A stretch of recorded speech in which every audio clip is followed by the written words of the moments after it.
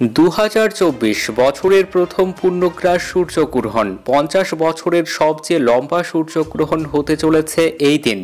তো কবে কখন হতে চলেছে 2024 সালের প্রথম পূর্ণগ্রাস সূর্যগ্রহণ এবং এই সূর্যগ্রহণ কবে কখন কোথায় কোথায় থেকে দেখা যাবে এবং এই সূর্যগ্রহণ কি ভারত ও বাংলাদেশ থেকে দেখা যাবে, কি বলছে নাসা, বিস্তারিত জানিয়ে দেব ভিডিওতে, সঙ্গে থাকুন।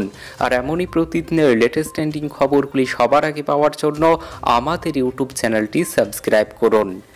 2024 অর্থাৎ চলতি বছরের প্রথম সূর্যগ্রহণ হতে চলেছে আগামী 8ই এপ্রিল। এই সূর্যগ্রহণ মেক্সিকো সহ আমেরিকা এবং কানাডার কিছু অংশ থেকে দেখতে পাওয়া যাবে। এটি শুনলে অবাক হবেন, 50 বছরের মধ্যে এত দীর্ঘতম সূর্যগ্রহণ আর হয়নি। মনে করা হচ্ছে বছরের প্রথম সূর্যগ্রহণ 7.5 মিনিট স্থায়ী হবে।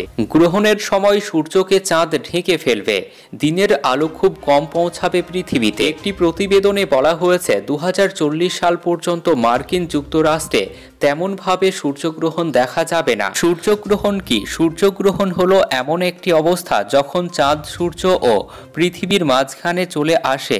এর কারণে সূর্যের প্রতিছবি কিছুক্ষণের জন্য চাঁদের পিছনে আবিত থাকে।